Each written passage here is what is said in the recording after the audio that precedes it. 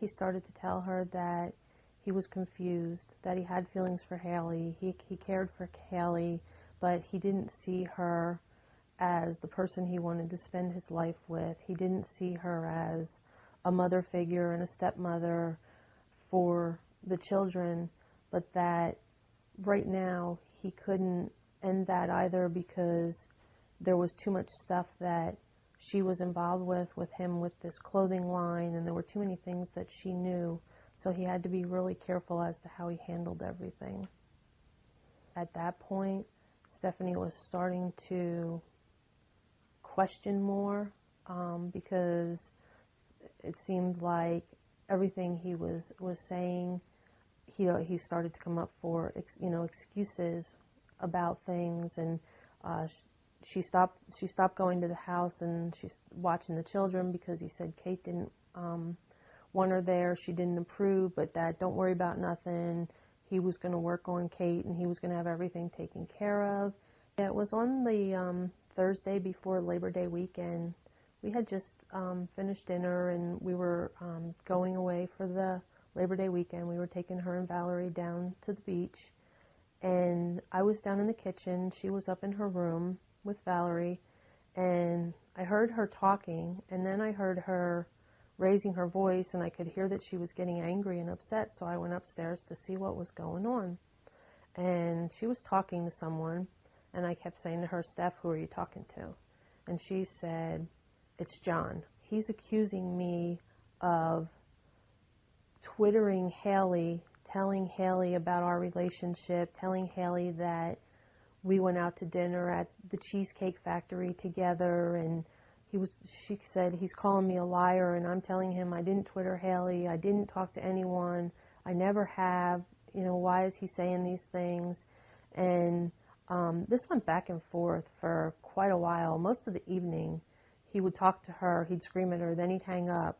Then he called her back, and he said he was sorry, that he knows it wasn't her.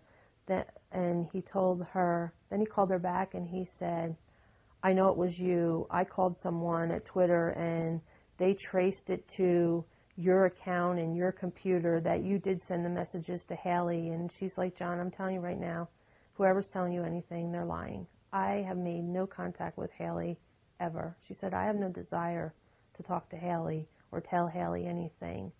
And then he said, well, I'm going to get to the bottom of it. I'll call you back.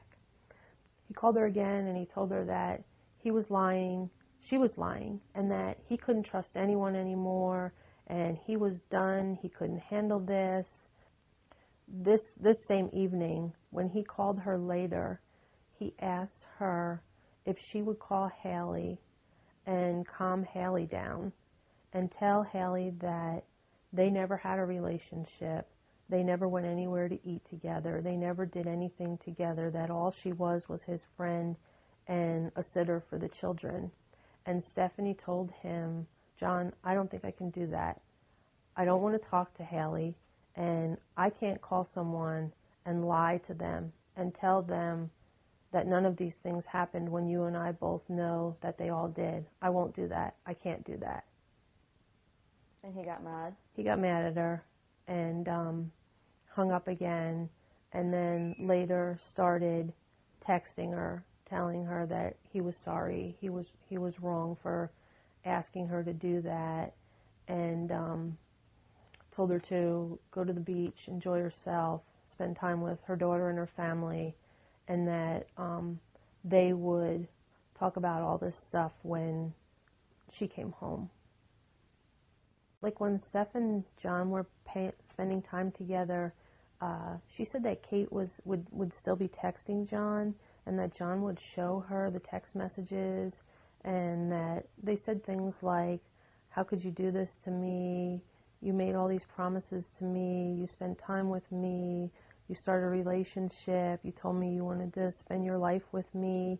And to me, it started to sound like, okay, here's another woman saying all of these same things that I'm hearing my own daughter talk about. And then at this point, I became curious and was starting to read everything that was on the internet and in the magazines. And then, reading that he's telling people that he's in love with Haley all at the same time.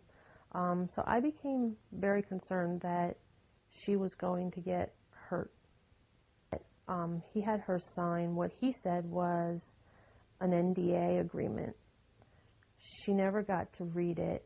When she signed this, he told her that it was just to protect the children when she was watching the children, so that she didn't tell anyone anything that took place in the house, anything she saw in the house, anything she heard in the house while she was watching the children.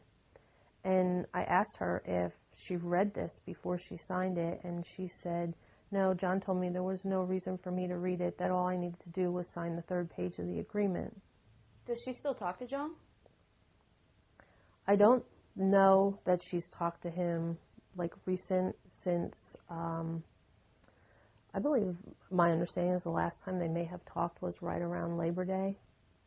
Now she's hit the point where she's just fed up with everything that's being said about her, and she's realizing that he's been lying to her about things, and she watched the interview that he did on television telling everyone that he's in love with Haley, knowing at the same time, he was telling her these things.